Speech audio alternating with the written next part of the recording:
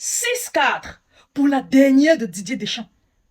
Mike Maignan et compagnie ont pris 6 buts, ils ont encaissé 6 buts. Il est bien vrai, ils ont marqué 4 buts en deuxième mi-temps, mais la première mi-temps était totalement dominée par les Anglais. Ils survolaient la première mi-temps. Je ne sais pas, Bukayo Saka a beaucoup trop raté, sinon à la fin de la première mi-temps, l'Angleterre devait mener minimum 6-0.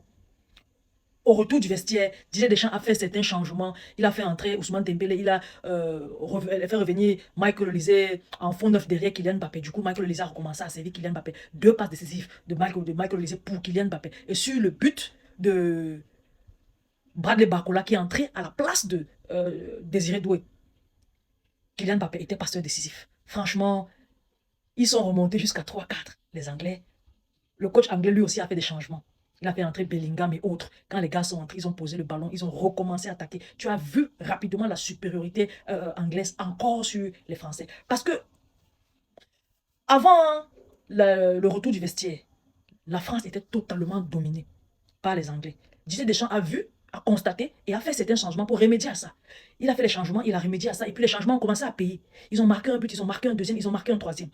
Après le troisième but, Thomas Tuchel a aussi fait des changements, histoire de contrecarrer le jeu nouvellement produit par l'équipe de France, dû au changement fait par Didier Deschamps. Et ça a payé. Penalty. Jude Bellingham prend le ballon. Mike Maignan essaie d'intimider Jude Bellingham. Il repasse le ballon à Bukayo Saka. Bukayo Saka marque. Il fait voyager carrément Mike Maignan. Il marque, ça donne 5-3.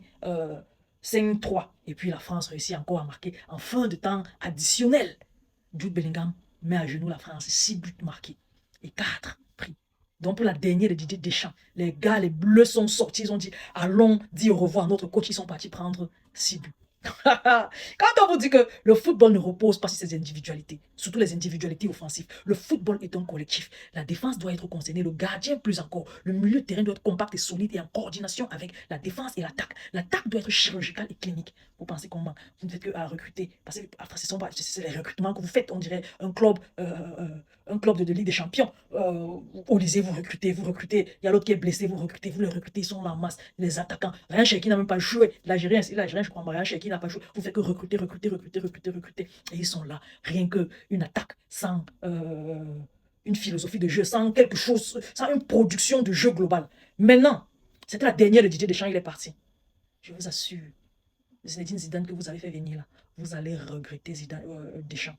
Vous allez pleurer Deschamps là. Parce que Zidane, je ne fais que dire et je le répète, c'était la chance du débutant. À toutes les fois où il arrive à Madrid, la chance du débutant, la preuve en est que à chaque fois, quand il voit que Madrid a un collectif bien, il est bien arrangé, il peut venir là, s'il change, il peut venir avec peut-être son côté grand frère et ils vont chercher des titres. Ils ont tout le temps fait aller chercher la Ligue des Champions et tout ça. Mais sinon que lui, il reste, il fait un mercato, achète des joueurs nécessaires pour ci ou pour ça. Voici mon plan de jeu, voici comment j'avance et tout. Et tout. Je me doute fort qu'il est ça.